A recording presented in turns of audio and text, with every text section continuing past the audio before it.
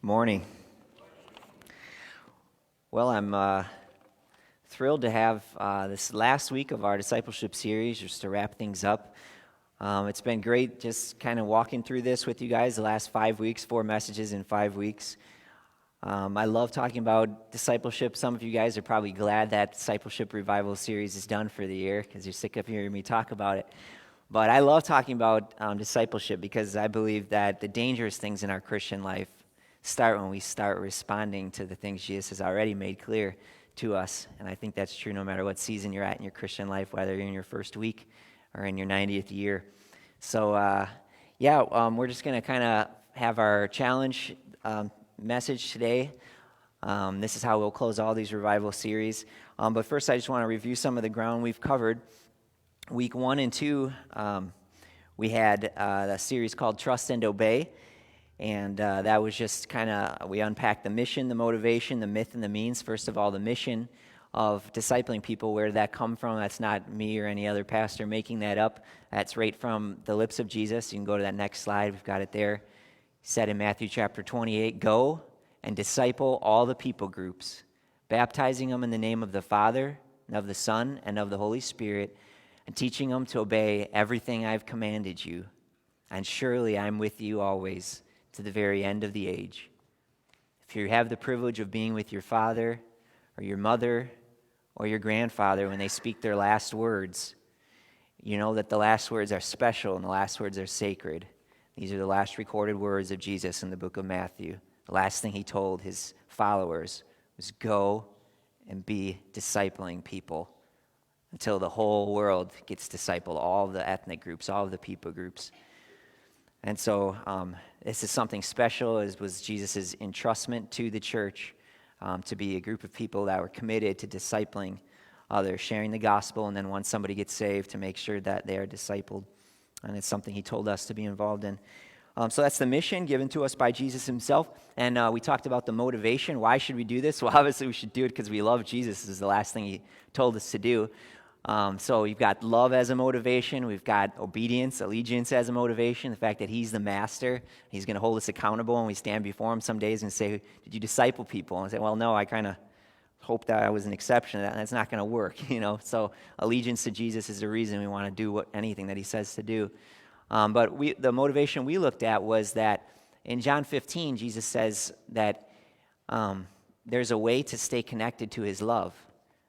The word he uses is abide or remain. Mineta was the word he used in Greek, but some of the old translations say abide. Some of the newer ones remain.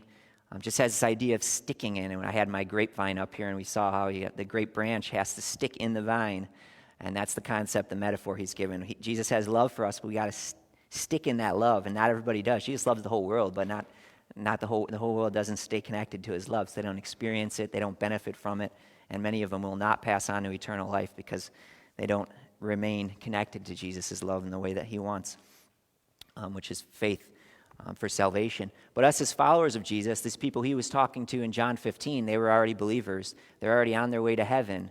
But he says, I've loved you. Now stay connected to my love. And so they would all have been wondering, what do I need to do to stay connected to your love? How do I do this? Is this some prayer that I pray? Do I go up to a mountain and try to get in touch with you? What do I do, Jesus? And he says in the very next words, it gives them the why. If you obey my commands, you will stay in my love. And so the motivation is not only obeying Jesus and desire to be obedient to him, but the desire to just stay connected to his love. And if you're sitting in this room and you're a follower of Jesus and your love for Jesus has grown stale, or your experience of his love for you has grown stale, I can almost guarantee you it's because you're not actively trying to put into practice what he said to do. And that brought us to the myth, which is the next slide, that somehow obeying Jesus' commands is at war with being in a love relationship with him. And somehow you have to choose if you want to have this love relationship with Jesus or if you want to be obedient to him. And he said, no, the truth is they're one in this. You need both. Okay, the relationship is obviously the key. That's the goal. We don't just obey just for the sake of being some drones. We want to have an intimate love relationship with Jesus. And when it comes to having that relationship with him and keeping it fresh and experiencing his love the way he wants to, when it comes to remaining in his love, obeying his commands is a part of that. So you don't have to choose between having that love relationship or obeying him. We saw that's a myth. Don't believe it, no matter how beautiful the Christian song is. They're one and the same. You have to have both.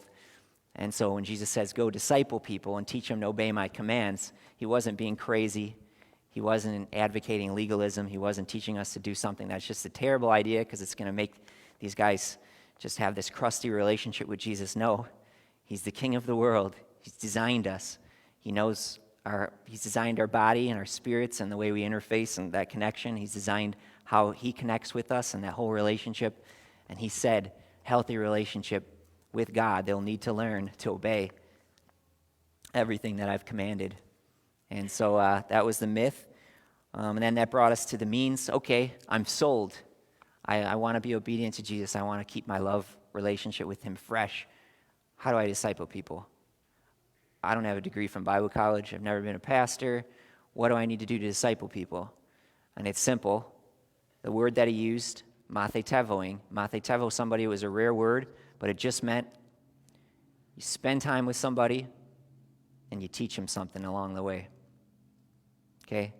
So he specified what he wanted us to teach, and he added that we should baptize them or make sure they get baptized. But still, the 3 parts of discipling somebody, whether you do it for a year, 2 years, he discipled his 12 for 3 years, no matter how many years you give them. But it's that period of time where you come alongside of some person and you spend time with them, close association, okay? That's the first part. Just spend time with them, okay? The second thing is you teach them. And Jesus said when it comes to discipling people to be a follower of Jesus, teach them his commands, okay? You don't teach them your commands. They're not becoming your disciple. You're teaching them to be a disciple of Jesus. And so you're teaching them to obey everything Jesus commanded. So that's the practical stuff. It's not all the doctrine. You don't have to have everything figured out. You don't need a Bible degree. Wow, that's cool. I wonder if I could do that again. If I tried, probably not. He said teach them the commands, the practical stuff. Okay, I've got these indexes. They're available in the cafe if you'd like them. These is every single command that Jesus gave us. There's not a lot. Well, there's kind of a lot. But 95% of the stuff Jesus taught wasn't commands. It was teaching, things about the kingdom, things about the future, things about what heaven's like, what the Father's like. But he did give practical things that we're to be involved in and pursuing in our life, active things. 1 out of 8 of his commands are prohibited, so there are some things he tells us to avoid because they will destroy us or corrode our ability to connect with God. But 7 out of 8 are active things that we should be actively trying to put into our lives. And when somebody gets saved, they don't know these things. They don't know how to live, especially if they haven't had the luxury of growing up in church or with a Christian family. My mom, just a quick little side story, my mom, she didn't grow up in church. Nobody ever took her to church. She didn't know anything. She had a high schooler that was a Christian, and her high schooler friend reached out to her, told her about Jesus and about God, and she became a believer. And she went to Moody Bible Institute because they said that's a good place to learn about the Bible and about God. A lot of these kids at Moody come from Christian homes. She didn't know anything. She was at Moody, didn't know how to find the books of the Bible and that kind of thing. And when somebody becomes a Christian and they haven't had the luxury of growing up in a Christian family, they don't know what they're supposed to do. They don't know how they're supposed to live. And the Jesus way is a radically different way of living in just about every area. We take it for granted, but you do relationships different. When you're Christian, you're focusing on the other person's interests and trying not to focus on yourself. You pray, and Jesus says, and maybe they have ideas about prayer that are all messed up, and that you have to have fancy words. And Jesus says, no, when you pray, go in your room, close the door, keep it secret. It doesn't have to be fancy. Jesus says, don't use a lot of words. The hypocrites do that. You just talk with your Father. And when somebody becomes a new believer, they don't know these things. They need to learn them. And so that's the second step in discipling someone. You put your arms around them, teach them Jesus' commands, okay, how to live life, and then get them baptized if they haven't been baptizing. That's discipling people. That's it. That's the means, okay? And so then we had a whole week. You can go to that next slide where we did the Tale of Two Covenants. And that was just basic Bible 101, but, it's good to learn. This book has an old first half and a second half, Old Covenant and a New Covenant, Old Testament, New Testament. We're not under the Old Testament anymore, okay? When Jesus died on the cross, he started the New Covenant, And so the old one became inactive, the new covenant's active. So when we're teaching our disciples to obey God, we're not going to teach them the commands of Moses. We're going to teach them the commands of Jesus. Okay, and that was that whole lesson. And that's why Jesus said, teach them to obey everything I've commanded. Okay, and that was just a helpful, hopefully helpful lesson for giving you some background from a more zoomed out perspective. And that brings us to, and then last week we had the Discipleship Peanut Gallery, where we had the people up here. Some of them, a couple were sick and weren't able to make it, that were involved in discipling people. Some of them for the first time in their lives. Last year they took the challenge and said, yeah, I'll disciple somebody if there's somebody that needs discipling. We had to turn away 2 people that wanted to be discipled last year because we didn't have enough. And I hope by God's grace that never happens here again. Yeah, we had them on stage just talking about what it was like. One of the takeaways from that was that if somebody in this church family disciples you, you will be well fed, apparently. There's a lot of people who said they get together by going out to eat. So that was something I didn't know they were doing this year. But yeah, that brings us to this week, which is our 2019 discipleship challenge. And so if I could summarize the ground that we've covered so far, and this was actually the theme of the first 2 messages, trust and obey. What we need to do, everybody here in this room, if you're a follower of Jesus, we need to set our resolve to not only trust Jesus for our salvation, but to obey Jesus in our lives so that we can keep that love relationship strong and fresh. Okay, we need to set our resolve to trust and to obey, because as the old song says, and it's an old song, but it's a profound song, trust, right? Trust and obey, because there's no other way to be what?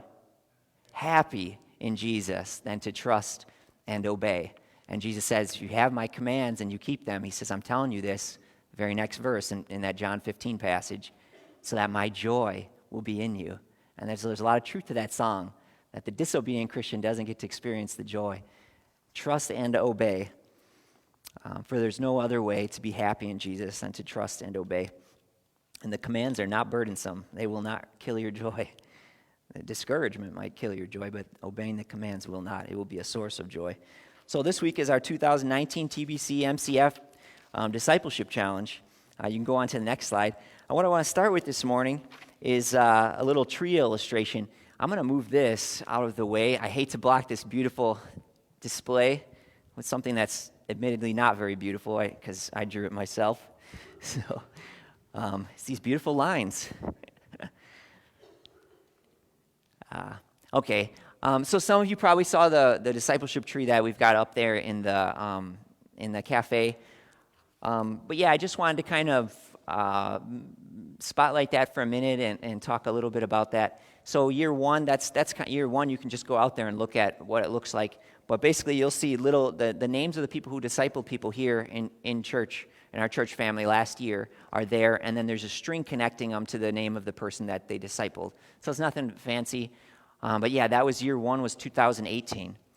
Now, if everybody that took the challenge last year takes the challenge again, and if God provides them someone to disciple, or vice versa, if they need to be discipled, then it will look like this in year 2. Assuming we have no new people sign on to disciple people. You can go on to the next slide. There we go. Oh, that's just zoomed in, yeah. So, yeah, you can go to the next one. It's still year 1. There we go. So that's what it'll look in year 2, 2019. Now, I already know we have some people signed. The young adults are ahead of you guys. We already finished our discipleship series, and so we already have people signed up for that. So I know we're going to have new participants this year. So it'll look a little bit different than this, but just assuming that we only have the same 5 people available to disciple people, you can go to that next slide and look at it zoomed in a little bit. See what'll happen? So like Jackie discipled Gene Brewer, and so if Jackie takes somebody else for this new year and Gene takes somebody, then there'll be 4 in their little sector instead of 2. Does that make sense? And Larry had Jake, so now they might do theirs. They might want to work together. Like I said, you don't have to doesn't have to be for 1 year. They might want to stay together for 2-3 years until he's ready to branch out and have somebody, or Jake might take somebody while Larry's discipling him. I'm not sure. This is just an illustration, but assuming that they were done and they was like, okay, we're done, and Jake takes somebody new, and then Larry's free to take somebody new, their little pod will have 4 instead of 2. And then you can go on to the next slide. Okay, now year 3, if that continues on, you can go again to the next, then instead of 4, you end up with 8. If each person gets another person after a year. So that would be year 3, 2020. And I don't know if I've got any more on there. I don't think so. Okay, year 4, you can go on if it's zoomed in. Okay, yeah. Then each pod would be at 16 instead of the original 2. So you can see in just 4 years, you can go from 2 to 16. And the point of this is not to say let's do that. It depends on the person that you're with. The point is to get them ready to a point where they can pass it on to somebody else. It might take 3 years with that one person. So this isn't a rush job to see how much statistics we can get or anything. But I just want you to have a mindset that this thing is by nature multiplicative. As long as each person that you disciple catches the vision that, hey, I'm not just supposed to absorb. When I've absorbed this, I'm supposed to pass it on to somebody else. I'm supposed to take up the baton and disciple somebody else. So, okay, another thing that was designed by putting this into a display in the cafe is that, the original people that were involved last year, they're not all going to be around in 10, 15 years. And this will kind of be a legacy because the people that they disciple probably will be. And so it's meant to maybe in 20 years from now, when somebody that's not in this church family yet, because God hasn't brought them here yet, is here, and they're discipling somebody that is a young adult that's just being born right now into this church family is too little. In 20 years from now, when there's pairs matched up, they can go over to that wall and say, okay, now this person discipled me, this person discipled them, and back to this person, and Ken Soderstrom was the one that started this back, well, who was that? Well, let me tell you, because some people here might remember him, and so on and so forth. So it's meant to provide a record that you could actually go back and see how the things passed on and how everything was connected. So I think it'll be pretty cool display. I wanted to make it a 50-year display so it would possibly outlive me, but I can only fit 40 on there, so I might have to do another one when I'm an old man. So I was hoping to pawn that off, because that was a lot of work just to the next generation, but I could only fit 40. Okay, I want to show you kind of the same thing as that, but I just want to show it to you in a different form here on this whiteboard and a couple other things about this. Now, you're going to think some of this stuff is cool, but I want you to remember, none of this discipling people and then teaching them to pass it on to others, this was not my idea, right? This was Jesus' idea. Okay, Jesus knows a thing or two, about the church and about his mission and what he has. So just take that in mind. This is what he said to do, and so we should do it even if we don't understand how this all works out or what the benefits are. We should just do this because he's the king. But yeah, how many of you guys have ever heard of Dawson Trotman? Okay, founder of the Navigators. Raise your hand if you've heard of the Navigators. Okay, well, Dawson Trotman founded the Navigators. I don't know too much about. I definitely knew of the Navigators. I was blessed by them when I was a young adult, teens and 20s. Navigators does great stuff. Billy Graham. Raise your hand if you ever heard of Billy Graham. Okay, most people in this room have heard of him. The most well-known evangelist in the world of the last century. Billy Graham begged Dawson Trotman to help him out. Billy Graham was kept up at went sleepless nights, thinking about his converts that weren't being discipled. And it was a real source of grief to Billy Graham, and something that really was on his heart, that God was using him, and thousands of people were coming to Christ, 6,000 on average through each month of his ministry. 6,000 people a month coming to Christ all over the world, China, different countries that he'd go and get invitations to speak. And he would have to leave. And who was discipling him? And Dawson Trotman was, in the last generation, was all about discipling people. Okay, and Billy Graham begged Dawson Trotman to help him join with his ministry, and Dawson Trotman wouldn't do it. He says, I'm discipling one guy right now, or two guys. I work with small groups.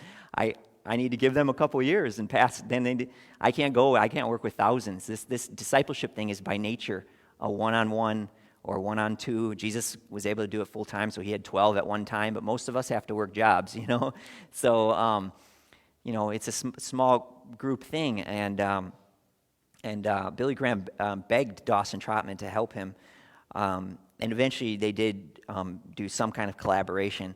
But so we're talking about Dawson Trotman now, and I'm stealing some of this from him. But okay, so let's say this is me. This is going to be me up here, or you. It doesn't really matter who it is. Okay, all right. Now this is going to be year 1, year 2, year 3, and year 4. Okay, somewhat similar to that. But all right, let me look at my drawing and make sure I get this right. Okay, all right. So let's say year number 1, I disciple a guy named Alex. I just put my arm around him, teach him Jesus' commands, teach him how to follow Jesus, how Jesus taught us to live. Okay, year number 1, I disciple Alex for a year. All right? It's going to be Alex. All right, then year number 2, I disciple Bobby. Okay, like I said, I don't care. Spend as many years as you want with the person. This is just for the sake of illustration. Year number 3, okay, we'll call him Bobby. All right. Year number 3, I disciple Charlie. Okay? Alex, Bobby, and Charlie. All right, and then year number 4, I disciple Daniel. We'll call him Danny. Okay, everybody with me so far? So after 4 years, I've invested in 4 people. I've discipled 4 people. Okay? All right. Now, Alex, when he's done being discipled, what does he need to do? Yeah, he needs to disciple someone else. And the first step in doing that, when you're first wanting to be obedient to that, you know what you do? You pray. Because you got to have God bring you somebody that's willing to be discipled by you. And so the first step is just praying. That's the first step of obedience to discipling people, is praying. God, would you send me a man? Would you send me a young woman? I'm available to you. Will you send me? Okay, and that's part of pursuing obedience. Obedience doesn't mean you sit back on your heels and wait someone to knock on your door and ask you to be discipled. Okay, that'd be like me waiting on Jesus telling me to honor my father and mother, and me waiting in my bedroom for my mom and dad to come over and knock on the door so I'd have somebody to honor. No, obedience is active, right? If we want to pursue obedience, which is what we're told in Scripture to do, 2 Peter chapter 1, pursue righteousness, pursue godliness, pursue love, pursue faith. Obedience is active. It's going after it. And so obedience to discipling people should be active. And I've been trying to pursue obedience to this instruction for about 4 or 5 years now. You know how many people I've discipled? 0. God hasn't given me somebody yet. So what has my obedience look like? My obedience has looked like me pleading with the Lord to send me somebody so I can disciple them. I'm still waiting for God to bring me my person. So, but at any rate, yeah, when Alex gets done, he needs to get on his knees and be seeking God for that person that God has for him to pass it on to, okay? And he can actually start that while he's being discipled, too. You don't have to wait to start that. But okay, let's say year number 2, Alex has somebody to disciple, and so he disciples somebody named Billy. All right? He disciples Billy. Praises God. God gave him a man that's done messing around and really wants to get serious following Jesus. All right? He disciples Billy. Then, year 3, Alex, Billy's ready to go on. Okay, this is just hypothetical. Billy might need 6 years. Who knows? It depends. If he grew up in church, he might need 6 months, and he's ready to go. He just needs some confidence, and to figure out what this is that he can do it. But, so it depends. But let's just assume Billy's ready. He goes on and disciples Chad. Okay, God brings him another man. Young man. Okay, and then year 4, he disciples Donnie. Okay, is that clear so far? Raise your hand if you're still with me, if I haven't confused you yet. Totally. Okay, all right.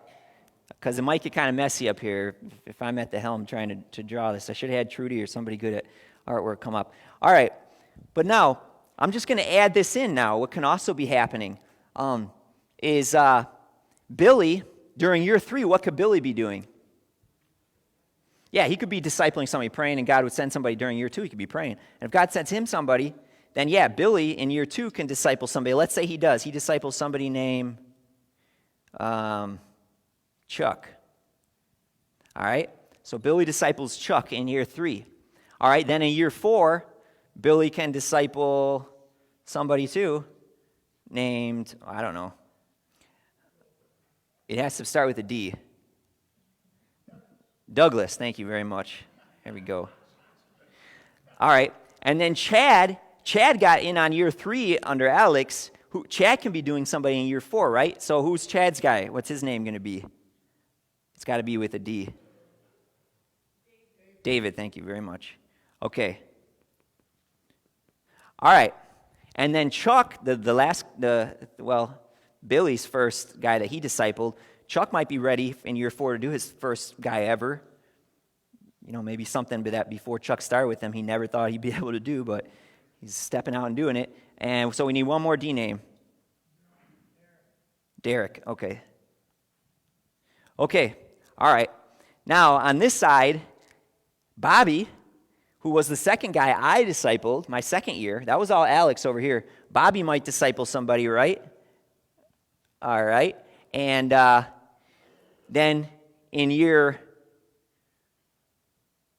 4, Bobby's guy might take somebody, right?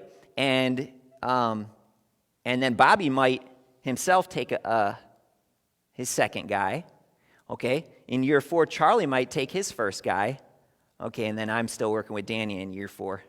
All right. So this was Dawson Trotman's illustration. If everybody does it this way, after 31 years, guess how many people will have been discipled? And I know this is purely theoretical. 8 billion people, more than the entire world's population.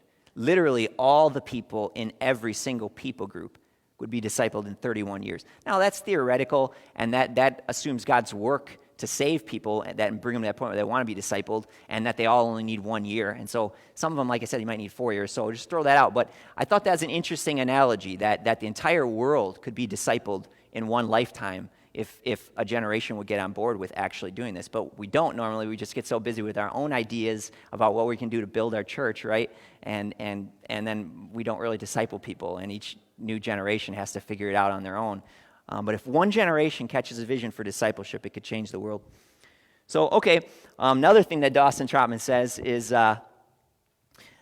another reason why you don't want to get too hung up on numbers and timetables and that kind of thing is, let's say you do this, you reach all 8 billion people, but let's say you didn't give enough time to Alex, your first guy. Maybe you only gave him 1 year, and really he could have used 2 years. Okay, guess what? If Alex washes out and never passes it on, you just lost 4 billion out of your 8 billion. Okay? 4 billion out of your 8 billion because Alex washed out. Okay? So you want to give this person I'll start by saying your first person is the most important person. And then when he's up to speed, guess who your most important person is? Your second person is your most important person, right? They're all important, but that just shows you why how that works. The goal is not to pad your numbers. You can come to the end of your life and say, I discipled 16 people, and now they're involved in discipling 400,000 other people. That's not the goal in life. This isn't we're not trying to get ribbons and impress people, right? The goal is to disciple somebody well, and with different people, it might take longer. Okay. One last thing that I'll make with this illustration is, let's say you just disciple Alex. You just disciple Alex, and then you die. You get hit by a car. Guess what? As long as Alex caught the vision, could still reach 4 billion people. I'm not going to draw all Alex's red guys in there. But, okay. So, or you might be in a state where you don't have 31 years left to your life. But you might disciple somebody that does. Now, all it takes is one, and you could change the world even through that one, right? So, okay, that was the tree illustration.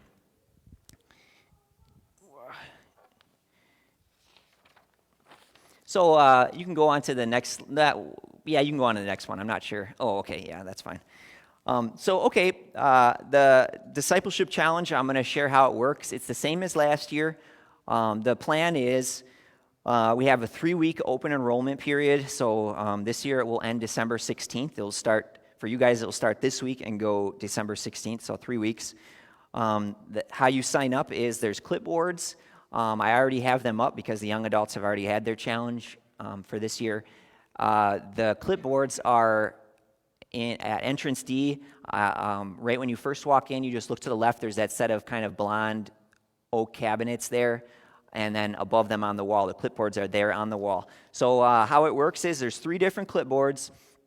The red one is to disciple somebody else. Okay? If you're here and, you do want to be 100% committed to Jesus, but you're not ready to pass that baton on somebody else yet, then my encouragement to you is the next step for you is to be discipled. That is God's plan for your life if you're in that scenario that I talked about. How do I know that? Because it's in this book. It's God's plan for your life to honor your father and mother. I can say that with 100% certainty because it's in this book. And I can say that it's 100% God's plan for you to be discipled and then to disciple somebody else. So if you're not ready to disciple somebody else, I encourage you that the yellow one is for you. Sign up to be discipled. There's no age limit requirement for that, but it's your heart to follow Jesus and to be obedient to him. So red one to be discipled, yellow one red one to disciple somebody else, yellow one to be discipled. They're labeled. This year I'm adding a third one, and this is somewhat in between. So I don't want to confuse you. Those 2 are the main ones. Stick with those, red or yellow. But now that you've got those in mind, there might be some of you guys that you're ready for red. You just need a little bit, like you feel like you're almost ready for red. You're just not quite. So you're somewhere between yellow and red. You just need like a little boost, like maybe just a confidence boost. You just have some questions or just a few more loose ends you have to tie up in your mind just before you can take that plunge. Sign up using this blue one. It won't be on the wall, but it'll be on the counter. This is a 3-week discipleship boost, okay? And what I'm going to do is in the month of January, during the Sunday school hour at 9 a.m., I'll take 3 weeks on Sunday morning just to answer questions, air out concerns, and get you to that point where by February you're ready to go discipling somebody, okay? So this is for people that are on the cusp of red. They're definitely not yellow. They're on the cusp of red, just need a little confidence boost. Does that make sense? Okay, so I'm calling this discipleship confidence boost. So there you go, pretty descriptive. And that's for you, okay? Okay, so then how it works is pairing or linking over the holidays. I'll take the clipboard, same as I did last year. I sit down with Pastor Bill and Pastor Key, and we link together people. You can go back to the previous one. And basically just link together people from the red and the yellow. Now, if you have a desire that I want to be discipled by this person, you can put that on there under the preference or notes, or you can reach out to the person directly and talk with them before you even sign up. So either way, and you can put that on there, I'm reaching out to this person, or I've already talked with this person, and it's going to be this person, which case then when I sit down with the clipboards, I don't have to figure that out, and I know who's already matched. So just communicate that on that sheet. And the other direction too, if you're ready to disciple somebody and you have somebody in mind, maybe somebody you already have a relationship with here, a younger adult, and you want them to be the person you disciple, that's fine. If you talk with them ahead of time, get it arranged, it's great. If you want me to talk with them, I can do that too. It's not a problem, just you can put that as a preference. There's a section for notes on the clipboard. So, okay. But yeah, that's how it works. So I get together with the elders and we talk about who, if you don't have a preference or note, who would be good combinations to put together. And then the time frame is you're in the discipleship relationship with that person next year. The challenge runs from February to August. Okay, so in August, your discipleship relationship with that person would formally end. So, and that's that slide that's got the calendar. February to August. Now, if you want it to go longer, that's on you, and you have to communicate that to me and to that person and be in agreement that, yeah, we need more time. Another thing you can do too is take a break and then re-sign up together the next year if you want another year together. That's an option too. So it's flexible, but that is the structure I'm putting in place just as a guideline. Okay. Open enrollment every year will be the same time of the year, November into December. Just some miscellaneous details. Women will be linked with women. Men will be linked with men. Preferences are there. If you want to tag team disciple somebody, maybe like 2 women want to disciple 1 younger woman or 2 men, you can put that down on there. Or you can talk with people and sign up together and say, we want to do this together. The 2 of us, I want to disciple this person, or the 2 of us want to disciple this pair, these 2 sisters, or you can do that. It can be 1-on-1, 2-on-2, 1-on-2. One thing I would suggest, is to start small. Maybe start with 1 would be my encouragement. Disciple 1 person. But if you really want to go gung-ho, Jesus discipled 12 people all at once, more power to you. Okay, so what it might look like, just in closing here, you had some samples last week, and what it looks like is you spending time with that person for the year. They're your man or your woman, and you give your time to them. Have them come hang out with you, what you're doing. Just you give of yourself to that person in an up-close and personal way. And then along the way, you're teaching them Jesus' commands. And so you can pick out your own. You can pick out your own curriculum. You can just use the book of the Bible and go through it. And when you hit practical stuff that we're supposed to do, highlight those. Or what you can do is I can work with you, and at the front end of the year in January, I'm going to devote January some time to just getting together with people, December and January, and helping them pick out what they want to teach the person that they're discipling in the upcoming year. Maybe pick their top 5 commands, the top 5 lessons, practical things they want their person to learn, and I can help you with that. So yeah, that's what it might look like. It's you spending time with them and teaching them. Who, me, you might be thinking?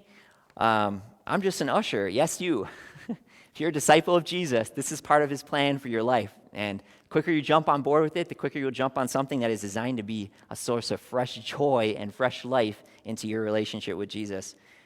What about me? I'm too busy. That might be the next objection you might get. Then what I would really encourage you to do is seek God about that.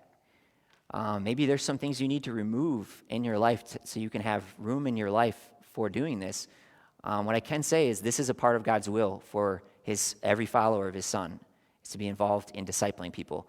Not to say, using my challenge, and this is the challenge I'm giving, and sign up, and that's just some structure. You can be freestyle discipling people, but sometimes it's good to have structure and to see the whole church family involved in something. But it is God's will for you to be involved in discipling people, okay? So maybe what you want to do if you're too busy is really seek God for what the next step for you should be. And maybe what it's going to be is that you use this upcoming year, 2019, use this whole year just seeking God for how you can remove certain things out of your life. Maybe you're too busy, and so simplifying your life, reducing some things so that you can be ready in 2020, next year, to sign up to disciple somebody. So that might be possible. So, and lastly, can we talk about this more? I have questions. Absolutely. I'm here over the upcoming weeks. I've already been getting together with people that have had questions and given feedback, and I'll be available to talk with everybody. So my closing urging is, if you're here and you're all in for Jesus, this is a part of his heart for you. You might be scared, but Jesus promises he will help you. Remember, right after he said, go and disciple people, he said, I am definitely with you. And he's saying there is, in particular, as you're stepping out of your comfort zone to disciple people, I will be with you. That's the promise is specifically attached to that action, right? It says, I want you to know I will be with you in this endeavor right up to the end, okay? So what we need is faith. Faith is where the gospel starts, and faith is what carries us through in obedience to the end. From beginning to end, then, faith is the victory. And I'm going to ask Jennifer to come up, and we have a song, Faith is the Victory, that she's going to lead us in as kind of a closing song. And I want you to just sing this song and listen to the lyrics and make it kind of your battle cry in your own heart that I don't care about what anybody else does this year. I'm going to obey Jesus. I'm going to get involved in discipling people. and that's my encouragement. So thank you for your time. It's been wonderful having the privilege to serve you with this series. And I'll have Jennifer come up now.